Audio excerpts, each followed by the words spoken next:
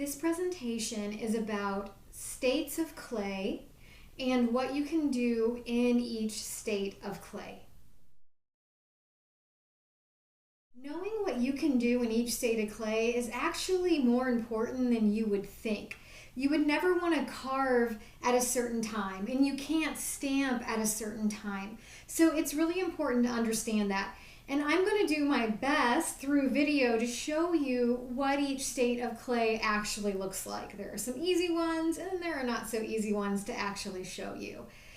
So the first state of clay is going to be slip. You should already know all about slip. Slip is liquid clay for the most part. Your slip should be the same as your clay body. So you should be using your clay body to make your slip. Try not to use a porcelain slip for a stoneware clay body. There might be some difference in shrinkage, and you're just always better off, safer the better. There are two types of slip. There's the slip that you use to attach, to glue things together, and that's what your clay body slip is going to be. This slip is just used to slip and score and make sure your work doesn't fall apart in the kiln. In addition to the slip that you attach work with, there is decorating slip. Decorating slip is still liquid clay, it just has colorants in it to give it a color. And you can paint this decorating slip onto your work and actually change the color of your clay body. There are a few different types of decorating slip. You have your studio slip, and those you can usually find in your studios, and they're going to be in bigger buckets. Those studio slips are usually more pastel in color, so it's going to be like light blue and pinks and light greens, mint greens. Those don't really give you a very vibrant color. Those are also usually slated to go on at specific states of clay. So some might say leather hard to bone dry. So you better make sure that you're putting that slip on at leather hard or bone dry. Some studio slips can be put on at bisque. That the container should say that, and it's important that you know that, because if you don't put it on the state of clay that it is intended for, the slip is going to just shrink and crack off. And that's a horrible feeling after you spent time doing anything, to have everything just kind of fall off. Usually that will happen before it even goes into the kiln, but sometimes it will happen while it is in the kiln, and you pull it out and there's just flakes of slip everywhere. So be really careful about when you put the studio slips on. There is also something called underglaze. Underglaze comes in containers, and it is a commercial decorating slip. It's a commercial decorating slip. This is where you're going to get super vibrant colors if you want to pay for them. Some of them, like the reds, for a container this size can be $50. So these can be pricey, although a normal, like the black here, is probably $12 for this size. You get a lot of color with your decorating slips. And there are different companies that make them. I like the velvet underglaze from Amico because they are rated to go to multiple temperatures. They do lose color or change color, so you do have to look at the color chart if you're going to use this. But what's nice about Amico is they actually do have a color chart, and you're able to see what the decorating underglaze looks like at cone 0405, cone 5, and cone 10. And that's really important that you know that, because boy does it stink when you paint your frog green and then you take it to cone 5 and it turns out gray. It happens. There's a green that will turn gray. So it's important that you know that. So again, slip is your liquid clay, and it can be used to attach and it can be used to decorate. Oh, the other good thing, backing up, the other really good thing about the velvet underglazes is that you can put them on any state of clay. So you can put them on wet, you can put it on leather hard, bone dry, and bisque. And that is a beautiful thing. Now, I would not recommend putting slip on bone dry ever. I don't care what it says, just because you're adding a lot of moisture to everything that's already firmed up. So you don't really want to do that. Your second state of clay is wet or plastic. Those words are used interchangeably with that. And your wet or plastic clay is right out of the bag. So that's considered wet or plastic. And of course, it's super malleable. This is what you are going to use to make coils with, to pinch with, to roll out slabs with. And if you are doing a soft slab project, you can actually take wet clay and make forms out of them. So soft slab is a technique, a building technique that you can use with wet clay to get certain forms out of. So wet clay or plastic is pretty much where you do all your forming, right? Your forming.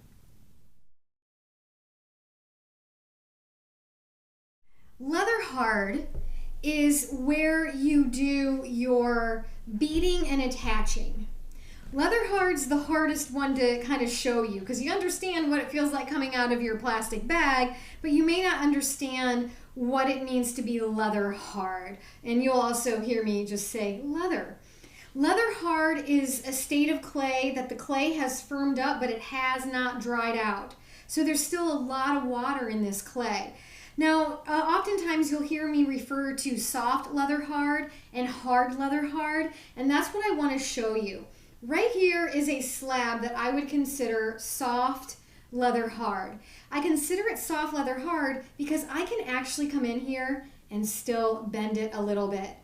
If I bend it too much, it cracks. So it is definitely leather hard. I bent it too much, it cracked. Not good. But at soft leather hard, you're still able to come in and form your clay, which is a beautiful thing to be able to do. If you do this too wet, the clay just kind of falls apart. It stretches instead of forms, and then you can get thin areas, and you can also get go through your clay. So it's that soft leather hard that you want to start pressing and forming your clay. This is also a good time to start beating your clay. So again, soft leather hard is still movable, but it is not thinning as you stretch it. It is definitely a lot firmer. And you could see when I had that slab, if I held it up, it stays straight. This would not be the case if this was a wet piece of clay. If this was a wet piece of clay, it would start to just kind of fall a little bit. Okay? Soft leather hard, good for beating, good for forming. Hard leather hard is really good for anything structural. So if you're doing a slabbed box or a slab sculpture, you want your slabs to be hard leather hard.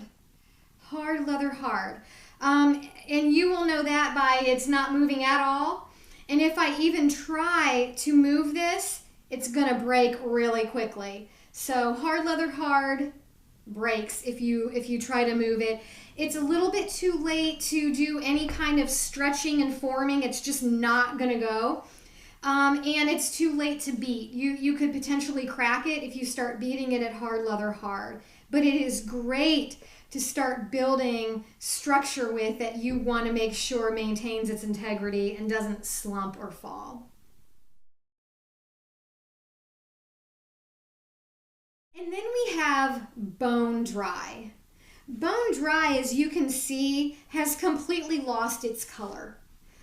So bone dry, the physical water has been drawn out of it. So there is no physical water in here. Now there's still some chemical stuff going on. So this is still not, you can't use this, right? Bone dry is just, it's ready for the bisque kiln, but you can't put water in it. It's just gonna break down. Again, this is what we use to make our slip. This is what we would use to reclaim our clay. But notice that the water is out. And if you ever want to know if something is bone dry or not, it's a funny little trick, but you can, first of all, it should be cold. There should not be any warmth to it left.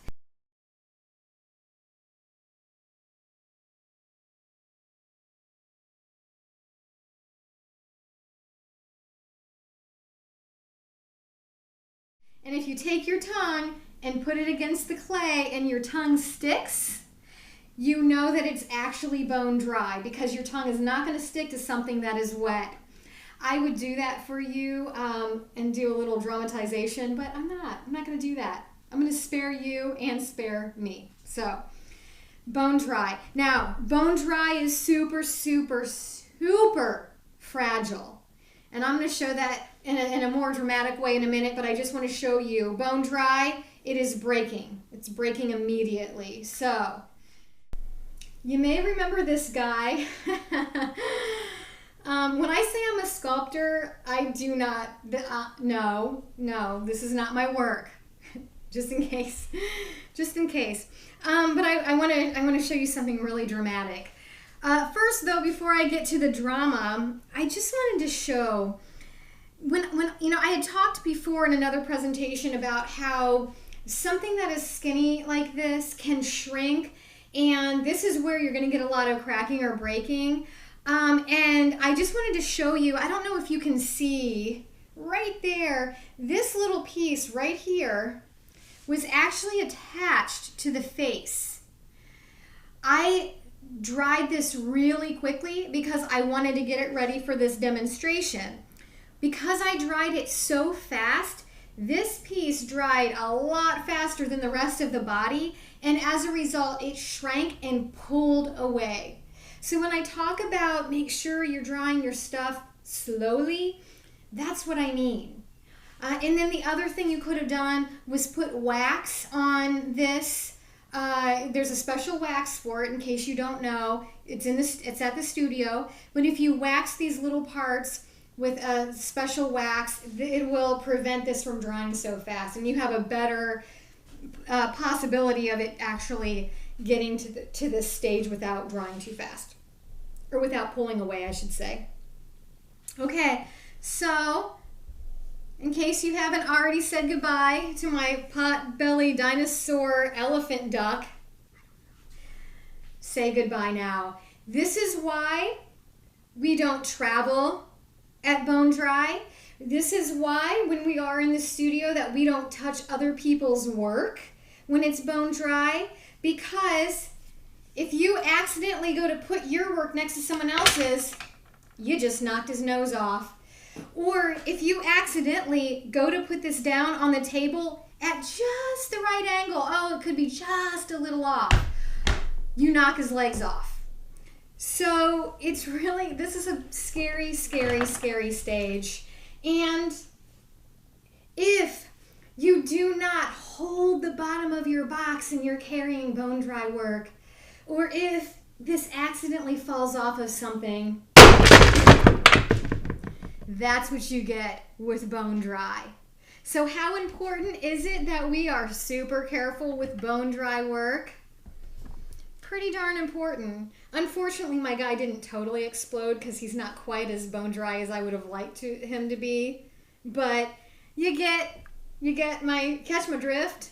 That's what my mom used to always say, catch my drift.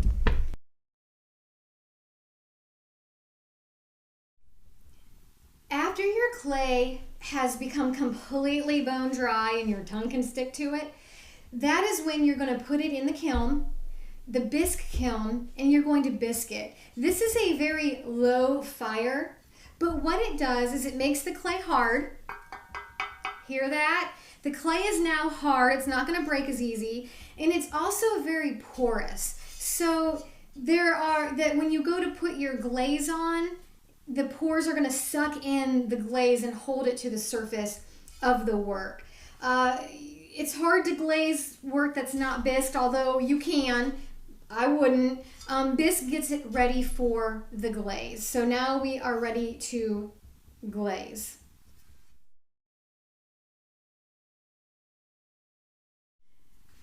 And then your glaze is when you've put the glass on, right? So glaze is essentially glass. This isn't the best example because I have a raw body that I don't have glazed, and then these little balls are actually glazed. But I did want to use this as an example because I want to show you the color of the clay body. So Now this is glazed. Now this is vitrified. That's what the stage that we're talking about is vitrified. And now it is, if it's cone 5 or above, it's usually waterproof. So I could put water in here and beautiful flowers, and bam, I've got an actual functioning piece. Okay. Glazed. Or vitrified. We like to use the term vitrified. That means the clay has actually reached its temperature. That's what that actually means.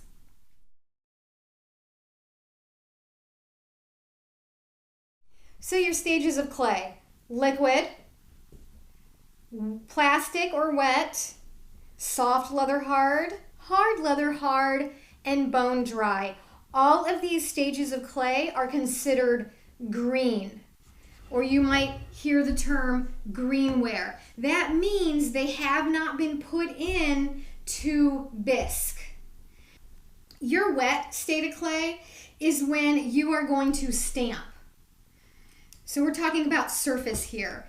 You can come in and press into your surface with stamps or texture during the wet state of clay.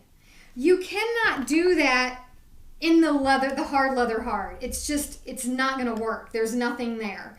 You can get away with some in the soft leather hard. So just know stamping and texturing by pressing into the clay needs to be soft. As far as carving and sgraffitoing, forget about your soft leather hard. We don't want to deal with that.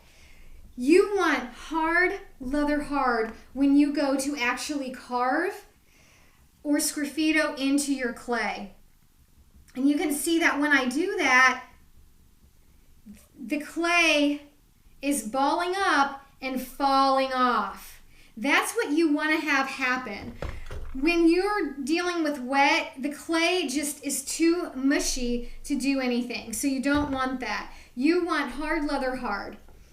When you go to sgraffito, which is scratching the surface, you want hard leather hard. That's going to allow a lot of the burrs that are creating at the edges to actually flake off instead of going back into the clay. Even at soft leather hard, do you see what happened there?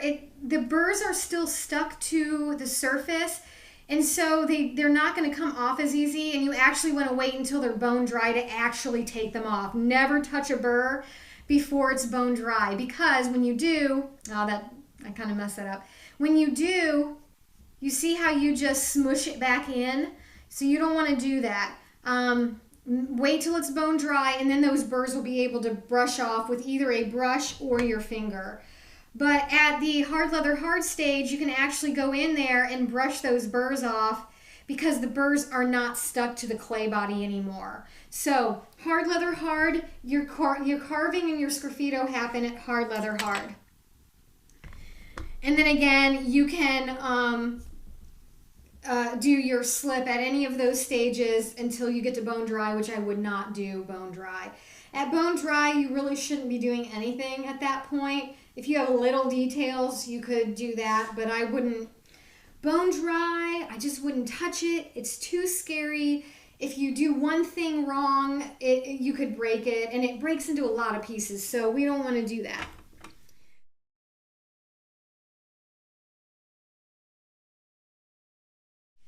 I want to talk about clay bodies and the different stages and how they change color.